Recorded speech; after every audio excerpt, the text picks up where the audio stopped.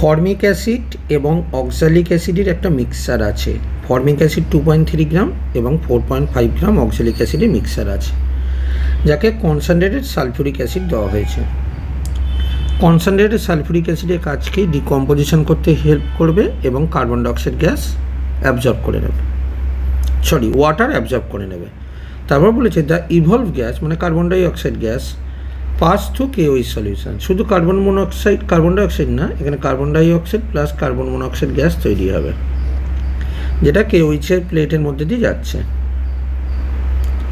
বলেছে কতটা wait remaining পড়ে থাকবে, অর্থাৎ KOH কার্বন ডাইঅক্সাইড গ্যাসটাকে অ্যাবজর্ব করে নেবে, তার মানে জানতে চেয়েছে কার্বন মনোক্সাইড কতটা পড়ে থাকবে। ঠিক আছে, তাহলে আমার কাছে দুখানা রিয়াকশান।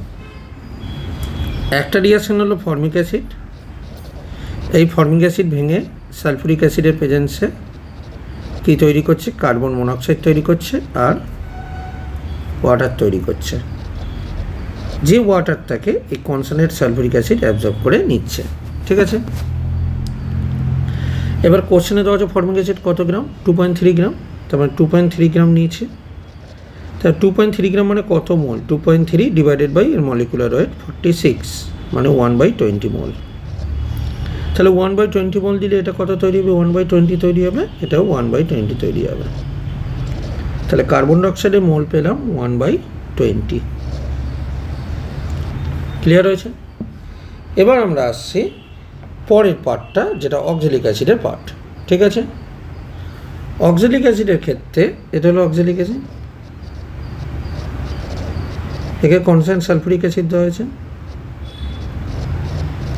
ঠিক আছে, তাহলে এখানে কনসেন্ট্রেটেড সালফিউরিক অ্যাসিড দিলে অক্সালিক অ্যাসিডের ক্ষেত্রে কী তৈরি হবে, কার্বন মনোক্সাইড তৈরি হবে, কার্বন ডাইঅক্সাইড তৈরি হবে আর ওয়াটার তৈরি হবে। কত মোল নিয়েছি অক্সালিক অ্যাসিড, 4.5 গ্রাম, মানে 4.5 গ্রাম। এই 4.5 গ্রাম মানে কত মোল না, 4.5 ডিভাইডেড বাই অক্সালিক অ্যাসিডের মলিকুলার ওয়েট হলো 90, মানে হলো 1/20। তাহলে অক্সালিক অ্যাসিড যদি 1/20 হয়, এটাও 1/20, এটাও 1/20, এটাও 1/20। কিন্তু এই দুখানা ক্ষেত্রেই এই যে ওয়াটারটাকে অ্যাবজর্ব করে নিচ্ছে সালফিউরিক অ্যাসিড।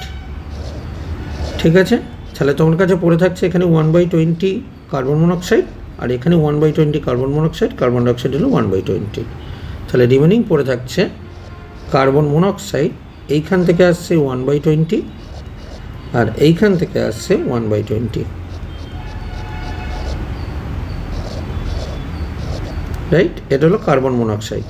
আর আসছে কি কার্বন ডাইঅক্সাইড, এই যে এখান থেকে আসছে 1/20।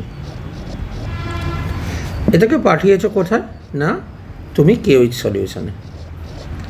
কিন্তু KOH সলিউশনের মধ্যে কে অ্যাবজর্ব হয়ে যায়, কার্বন ডাইঅক্সাইড অ্যাবজর্ব হয়ে যায়, তার মানে এটা আর থাকছে না তোমার কাছে, KOH নিয়েছে।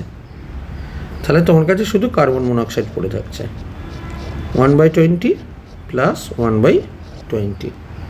ঠিক আছে, তাহলে হচ্ছে 2/20 মোল। কার্বন মনোক্সাইডের ওয়েট কত, 12, কার্বনের, অক্সিজেন হলো 16 মানে 28। তার মানে 2/20 ইন্টু হলো 28 মানে হলো 2.8 গ্রাম। ওকে, তার মানে 2.8 গ্রাম হবে অ্যান্সার। ক্লিয়ার?